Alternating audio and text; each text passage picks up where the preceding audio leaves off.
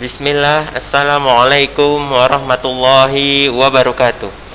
Alhamdulillahirrabbilalamin. Wassalatu wassalamu ala asyrafil anbiya'i wal mursalin wa ala alihi wa ashabihi rasulillahi ajma'in. Puji syukur kehadirat Allah, pada kesempatan hari ini kita kembali lagi dalam pembelajaran daring kita untuk mempelajari biologi, khususnya materi lanjutannya, yaitu Monera, Kingdom Monera, atau termasuklah dia ke dalam kelompok bakteri. Nah, kalau sebelumnya kita bahas terkait kelompok bakteri Eubacteria Eubacteria dan Archaebacteria, yang sifatnya dia adalah tidak mampu membuat makanannya sendiri dalam arti heterotrof, dan ada yang mampu membuat makanannya sendiri namun secara kimiawi atau fermentasi yang dikenal dengan nama chemoautotrof. Nah, berikut kita masuk ke Eubacteria yang fotoautotrof.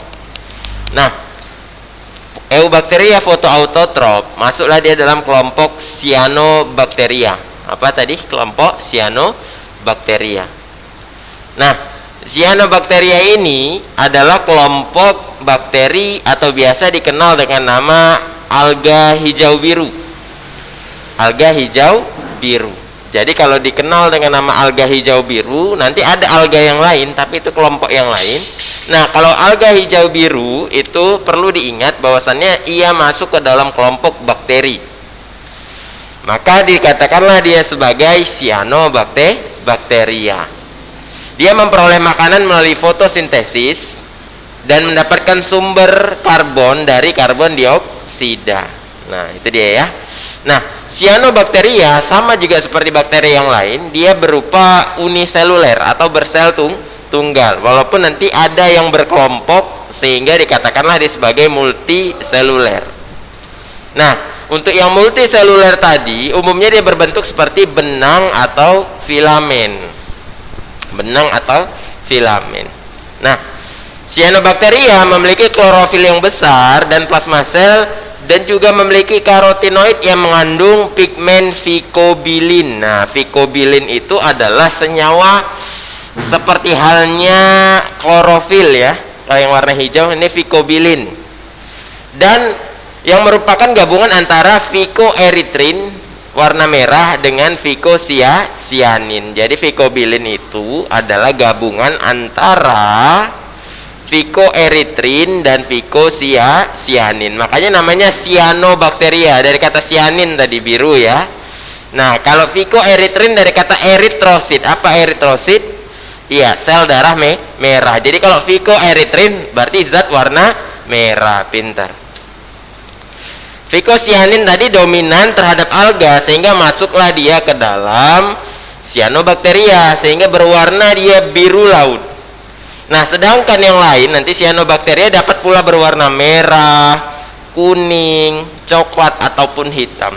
Nah, kelompok Cyanobacteria inilah yang mungkin kalau kalian lihat perairan itu beraneka ragam warnanya. Karena alga ini itu cenderung memiliki jumlah yang sangat banyak ya. Sehingga apabila dominan dia berwarna biru, maka seolah-olah perairan itu berwarna biru. Ya, ataupun ada yang pernah dengar laut merah. Kenapa dikatakan sebagai laut merah? Yaitu tadi karena mayoritas alganya berwarna merah. Demikian.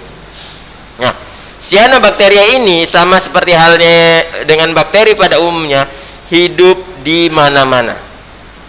Ya, tempat yang sangat dingin ada, ya, tempat yang panas ada gitu ya. Suhu tinggi ada, pokoknya di mana-mana dia. Dia hidup, ada yang bersimbiosis dan ada pula yang menyendiri, soliter.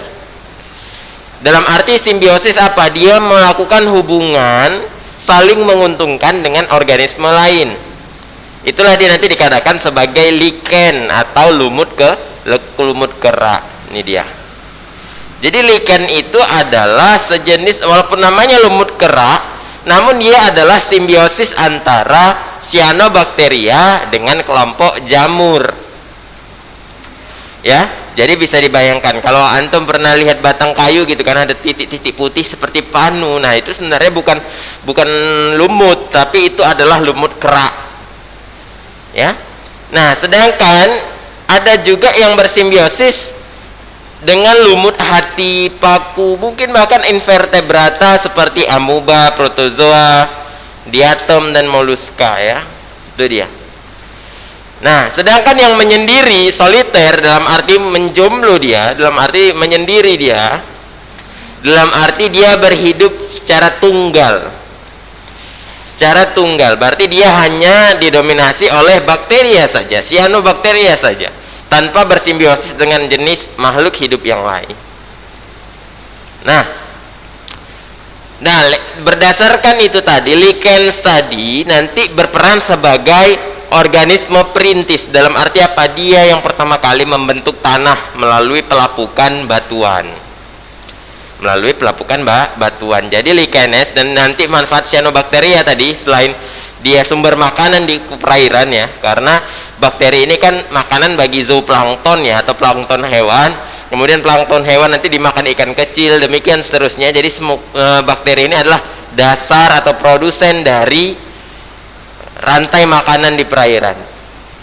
Makanya kalau kita melihara ikan di dalam kolam, kita lihat warna kolam, semakin hijau warnanya gitu, ya, hijau terang gitu kan, cenderung dia kualitas airnya itu baik, ikannya itu sehat. Tapi kalau airnya hitam pekat gitu, ya, berbau lagi, nah itu berarti kualitas airnya tidak bagus.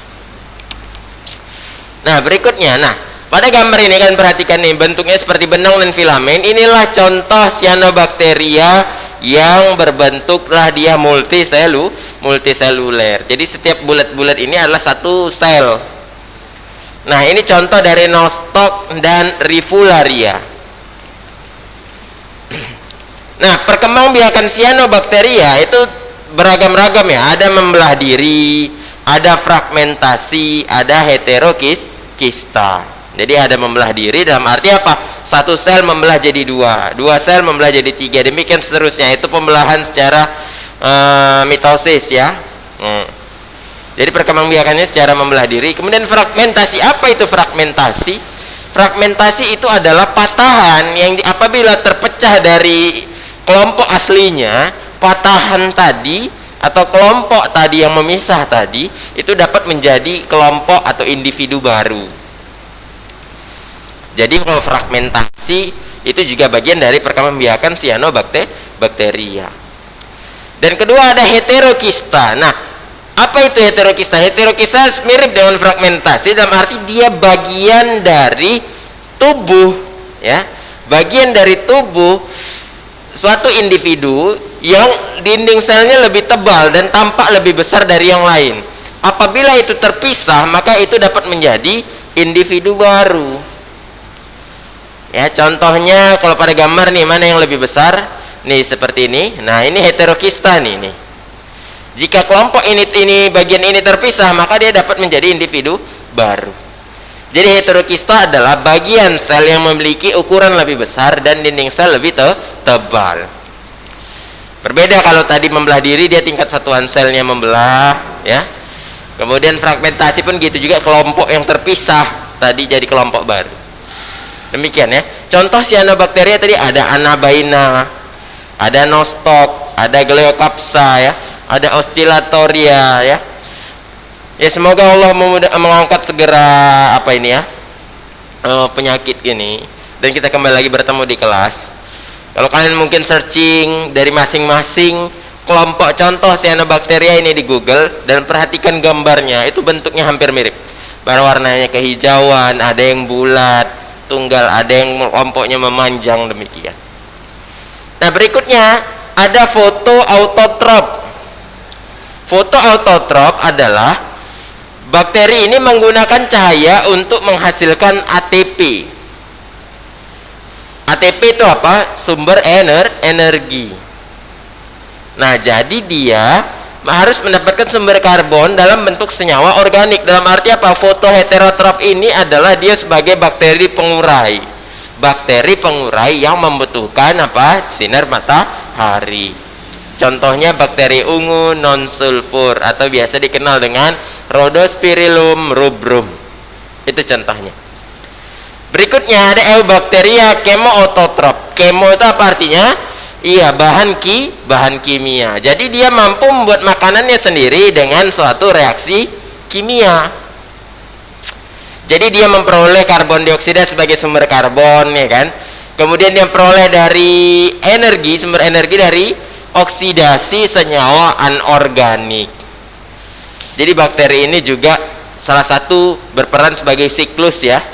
Siklus, khususnya siklus nitrogen. Dia membantu pembentukan proses asam amino.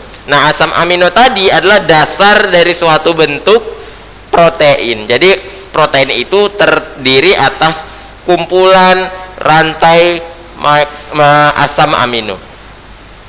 Nah, contoh ada bakteri nitrifikasi, dia membantu mengikat nitrat sebagai sumber nitrogen. Jadi tumbuhan itu perlu nitrogen, tapi enggak nitrogen bebas ditangkapnya, tapi dalam bentuk nitrat. Nitrat itu adalah NO3. Dia tumbuhan itu menggunakan nitrogen dalam bentuk nitrat NO3. Nah, jadi nitrogen bebas tidak bisa diolahnya kecuali adalah pada tanaman kacang-kacangan, karena dia punya rhizobium atau bakteri simbiosisnya yang mampu menangkap nitrogen bebas. Demikian. Nah, ini contoh dari Nitrobacter dan Thiobacillus. Bentuknya seperti kapsul ya. Dia tidak memiliki nukleus, coba lihat. Ya, demikian. Berikutnya ada eubacteria chemoautotrop. Chemoheterotrop. Dalam arti apa? Dia tidak mampu membuat makanannya sendiri, dia mencukupinya kebutuhan nutrisinya, kebutuhan energinya melalui mengkonsumsi senyawa-senyawa molekul organik. Maka dia berperan sebagai pengurai atau dekomposer. Nah, jadi dia menghasilkan senyawa-senyawa enzim yang mampu merombak atau menguraikan organisme atau makhluk hidup yang sudah mati. Ya. Nah, itu dia ya. Kemudian ada juga pemanfaatan manusia juga menggunakan lactobacillus untuk membuat acar mentimun, keju, yogurt ya. Nah, makanya untuk makanan-makanan olahan seperti itu lebih mudah dicerna. Kenapa? Karena sudah disederhanakan penyusunnya oleh bakteri. Makanya kalau kita mengkonsumsi tempe, ya, yogurt, keju itu lebih mudah diserap tubuh. Kenapa? Rantai atau proses penyerapan oleh tubuh itu lebih mudah karena sudah terlebih dahulu disederhanakan oleh bakteri. Kemudian di dalam usus besar kita ada namanya bakteria Escherichia coli ya, yang berfungsi sebagai tempat pembusukan makanan. Nah, jadi di dalam usus besar kita ada bakteri Escherichia coli. Dia berperan untuk membusukkan makanan dan sekaligus juga dia memproduksi vitamin K yang berguna bagi tubuh. Nah, koloni tadi juga mencegah bakteri-bakteri penyebab penyakit. Makanya tadi namanya pernah dengar istilahnya bakteri bayi. Nah, jadi Escherichia coli ini adalah termasuk kelompok bakteri baik. Nah, pernah dengar antibiotik ya, obat antibiotik. Nah, antibiotik itu adalah anti bakteri sebenarnya. Bakteri tadi bisa saja menyebabkan luka itu semakin parah ya, atau dapat menyebabkan pembusukan gitu ya. Makanya ada obat antibiotik apa supaya dapat membunuh bakteri-bakteri jahat. Namun mengkonsumsi antibiotik berlebih juga nanti dapat membunuh bakteri baik.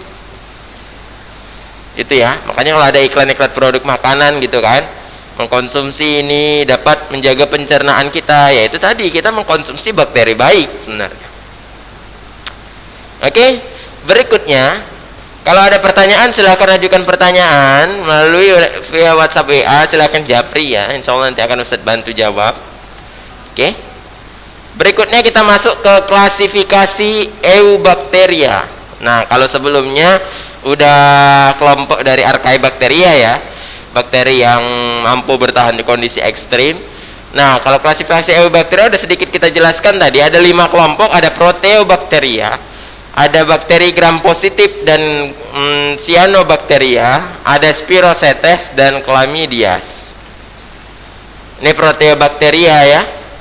Ini ada kelompok bakteri ungu, kemudian kelompok proteobakteria chemoautotrop, ada proteobakteria chemoheterotrop.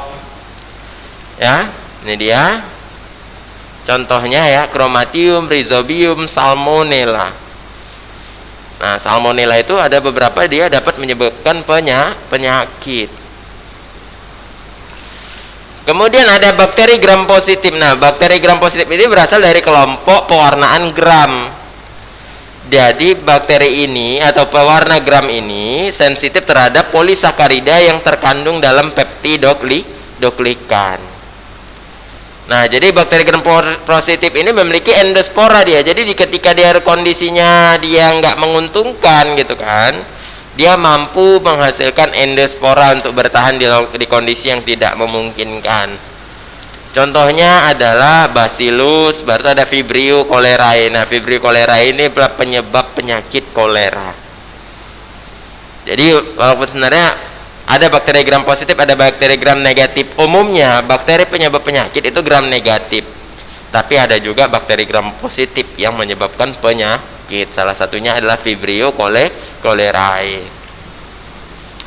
Baru ada cyanobacteria tadi yang seperti saya sampaikan, dia fotoautotrop, dapat berfotosintesis, dia kan. Ini contohnya berbentuk dia benang dan filamen, hidup di air tawar gitu ya. Bersimbiosis dengan jamur, disebutlah dia lumut kerak. Demikian. Nah, memiliki dinding sel. Kalau bakteri yang lain dinding selnya berupa peptidoglikan. Kalau cyanobacteria dinding selnya tersusun atas gelatin. Nah, sama seperti hewan dan tumbuhan, kalau bakteri yang hewan dia memiliki flagel atau alat gerak. Tapi kalau cyanobacteria dia tidak memiliki flagel atau bulu cambuk sebagai alat gerak. Jadi bagaimana dia bergerak? Dia bergerak meluncur ataupun ya itu tadi terbawa arus air gitu ya. Hidup berkoloni gitu. Kemudian ada spirochetes. Spirochetes itu berbentuknya seperti helix atau tangga berpilin. Nah, seperti gambar tuh. Nah, dia ini adalah bakteri chemoheterotrop. Dalam arti apa heterotrop? Dia adalah bakteri pengurai. Bahkan beberapa dia bersifat menyebabkan penyakit. Contohnya apa nih, lihat, Treponema pallidum. Apa itu Treponema pallidum? Treponema pallidum adalah bakteri penyebab penyakit sifilis. Tahu sifilis ya, kencing nanah. Salah satu penyakit yang Allah turunkan atau sebagai azab bagi orang yang suka berzina. Kenapa? Karena itu merupakan penyakit menular seksual. Treponema pallidum. Tuh ya. Jadi bakteri itu yang baiknya itu tadi itulah dia bersifat baik ya, dalam arti melawan bakteri-bakteri jahat. Bakteri juga berperan nanti dalam proses rekayasa genetik, itu baiknya. Tapi kalau buruknya, bakteri itu banyak menyebabkan penyakit. Bakteri baik juga dapat menyuburkan tanah karena tadi ya melakukan siklus nitrogen. Nah, kelompok yang terakhir ada chlamydias. Kalau chlamydias ini hidupnya parasit, dalam arti apa? Dia menumpang pada makhluk hidup lain yang dia memperoleh nutrisi itu dari inangnya. Nah, bakteri ini patogen beberapa penyakit, contohnya adalah Chlamydias trachomatis. Trachoma. Nah, jadi demikian ya. Jadi contoh lain penyakit penyebab yang disebabkan oleh bakteri, TBC disebabkan Mycobacterium tuberculosis, juga parasit. Ya. Jadi perlu biasa keluar dalam bentuk soal adalah bakteri-bakteri penyebab penyakit. Nah, ini dia peranan-peranan kingdom monera atau bakteri bagi kehidupan. Yang pertama yang menguntungkan adalah menangkap nitrogen bebas.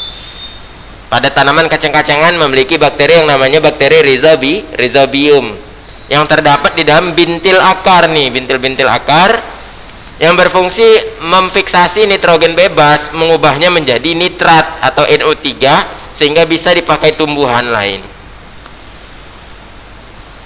Nah, kalau nitrogen bebas itu tidak bisa ditangkap langsung oleh tumbuhan biasa, jadi hanya tanaman kacang-kacangan. Makanya kalau antum punya ladang bercocok tanam, kalau sudah ditanam oleh tanaman palawija, jagung gitu ya, yang sifat-sifatnya bukan kacang-kacangan, maka harus bergantilah dengan tanaman kacang-kacangan supaya menjaga kesuburan tanah. Makanya biasa kalau orang bercocok tanam di kebun karet itu ada tanaman kacang-kacangan yang merambat kan, merambat yang di sekitar pinggir-pinggir paritnya. Nah, itu sengaja dijaga supaya apa? Itu menjaga kesuburan tanah pada kebunan karet. Tidak hanya karet, mungkin di sawit pun demikian ya. Gitu. Kemudian kelompok yang baik lagi ada penghasil antibiotik. Nah, antibiotik itulah obat-obatan yang biasa kita cenderung kita konsumsi apabila terjadi peradangan pada tubuh. Nah, jadi antibiotik ini sebenarnya adalah menghasilkan senyawa atau bakteri baik untuk melawan dari bakteri jahat. Fungsi dari bakteri lain adalah penghasil biosida. Apa itu biosida? Itu tadi rekayasa genetik, di mana DNA bakteri menjadi perantara untuk dimasukkan ke dalam DNA makhluk hidup, sehingga dihasilkanlah khususnya di sini adalah tanaman yang mampu menjadi racun, yang mampu menghasilkan senyawa racun bagi hamanya. Contohnya adalah bakteri Bacillus thuringiensis. Ya, dia efektif menanggulangi berbagai jenis hama, termasuk dia hama ulat. Ulat ya, ulat itu kan, atau bahasanya di sini ulat itu kan natasan telur dari kupu-kupu ya.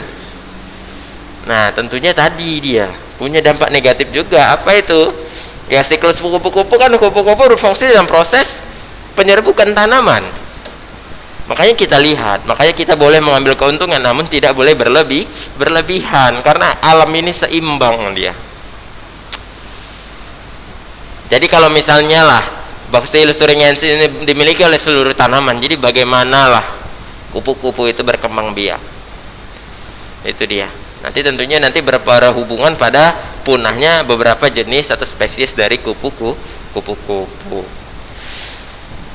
Manfaat yang baik lagi adalah sebagai pembusuk. Nah, tadi ya Escherichia coli ya di usus kita, kemudian pembusuk atau pengurai organisme yang sudah mati. Jadi alasan gitu ya, kenapa bangkai ataupun organisme atau makhluk hidup yang sudah mati apabila ditanam dalam tanah itu mudah membusuk, karena di dalam tanah itu mengandung berbagai macam bakteri ya, berbagai macam bakteri. Jadi semakin banyak itu bakteri bahan-bahan organik atau materi-materi organik dari makhluk hidup yang sudah mati diuraikan, maka semakin subur tanah tersebut. Nah, juga sebagai perintis vegetasi suatu ekosistem tadi ya, contohnya adalah pada lumut kerak tadi. Perintis itu dalam arti dia menghancurkan batu-batuan untuk menjadi tanah, dan tanah tadi dimanfaatkan untuk tumbuhan lain untuk dapat bertahan hidup. Contoh lain adalah pada tanaman paku-pakuan ya, ada Azolla pinnata itu ya. Nah, Azolla nabaina gitu ya. Nah, Azolla juga dimanfaatkan manusia sebagai pakan ternak atau sebagai sumber protein nabati bagi ternak itu sendiri. Ya. Nah, ini dia. Anabaina Azollae bersimbiosis dengan Azolla pinnata. Jadi Anabaina itu kan kelompok paku-pakuan, dia bersimbiosis dengan alga hijau biru namanya Azolla pinnata. Makanya nama spesiesnya Azolla pinnata. Dia bersimbiosis dengan bakteri cyanobacteria namanya Anabaina azollae. Nah, sedangkan bakteri yang merugikan manusia, coba catat nih. Ada bakteri penyebab penyakit nih, ada Vibrio cholerae penyebab kolera, ada Mycobacterium tuberculosis penyebab TBC, ada Treponema pallidum penyebab apa tadi? Sipilis, ada Neisseria gonorrhoeae sebagai penyebab penyakit raja singa, juga penyebarannya melalui hubungan seks bebas ya. Jadi bakteri itu penyebab penyakit, dan mayoritas adalah bakteri penyebab penyakit menular seksual. Nah gitu ya. Kemudian juga bakteri nanti namanya tetanus ya. Bakteri juga disebabkan oleh tetanus. penyakit thalassemia bakteri. Gimana bakteri pembusuk makanan? Jadi bakteri itu adalah selain tadi proses dibutuhkan untuk menyederhanakan atau membusukkan organisme yang sudah mati, tapi dampak negatifnya dia juga membuat pembusukan pada makanan. Bahkan yang bahayanya lagi, makanan yang dibusukkan tadi dapat menghasilkan racun. Pernah tahu tempe bongkrek? Nah, tempe bongkrek ini makanan tradisional Jawa ya, yang dikonsumsi, dan kemungkinan banyak itu yang menyebabkan korban jiwa, karena tadi kita tidak bisa mampu melihat bakteri yang berkembang dalam suatu olahan makanan, kecuali kita jaga kebersihan makanan tersebut ya. Atau juga Clostridium botulinum ya, atau racun botulinin pada makanan kaleng. Makanan kaleng pun juga terdapat bakteri di dalamnya. Makanya hati-hati, makanya dalam membeli makanan kaleng coba perhatikan expired date-nya. Bisa saja itu tadi. Fungsi expired date adalah melihat, atau tanggal expirednya, melihat makanan itu layak makan atau tidak. Kalau lewat dari tanggal tersebut, bisa saja gitu ya, makanan kaleng tadi malah justru mengandung racun gitu ya. Demikian. Baru ada bakteri sulfur. Nah, bakteri sulfur ini sebenarnya dia menyebabkan pelapukan pada besi, karena dia menghasilkan senyawa asam sulfat, membuat besi itu keropos dia. Itu dampak negatif dari bakteri. Mungkin itu saja untuk pembelajaran hari ini ya. Nah, untuk agar kiranya kalian gitu ya lebih memahami dari pembelajaran terkait bakteri ini, coba jawab 5 soal pertanyaan di buku latihan kalian. Itu di tes kompetensi subbab B halaman 34. Nih dia nomor 1, arkai bakteri dikelompokkan menjadi 3 kelompok, jelaskan perlengkapan tersebut apa-apa aja ya. Kemudian berdasarkan bentuknya, bakteri dikelompokkan dari berapa macam, jelaskan. Kemarin ya sudah jelaskan atrik, monotrik, amfitrik, peritrik ya. Tuh. Jelaskan perkembangbiakan paraseksual pada bakteri. Bagaimana bakteri itu berkembang biak? Jelaskan ya. Berdasarkan alat geraknya, bakteri dikelompok menjadi beberapa jenis. Nah, itu jelaskan. Kemudian manfaat bakteri bagi kehidupan manusia itu dijelaskan. Mungkin itu aja untuk pertemuan kita hari ini ya. Sebagai bahan persiapan ujian, agar dibaca kembali catatannya ya, dan latihan-latihan yang sudah dikerjakan agar dilengkapin sebagai nilai tambahan nanti untuk membantu nilai ujian. Insya Allah kita pada pertemuan minggu depan kita akan memasuki ujian praktek ya. Jadi nanti Ustadz siapkan praktek yang kira-kira bisa kalian lakukan di rumah ya, untuk sebagai penilaian praktek. Jadi nanti Ustadz harap dikerjakan seluruhnya, mengerjakan. Bagi yang tidak mengerjakan nanti nilainya kosong ya. Mungkin itu aja untuk hari ini. Lebih dan kurang Ustadz mohon maaf. Apabila ada pertanyaan silahkan japri pesan WA, Ustadz terbuka, nanti Ustadz jawab. Mungkin itu saja, semoga bermanfaat. Kita tutup dengan kafaratul majelis. Subhanakallahumma wa bihamdika asyhadu an la ilaha illa anta astaghfiruka wa atubu ilaik. Assalamualaikum warahmatullahi wabarakatuh.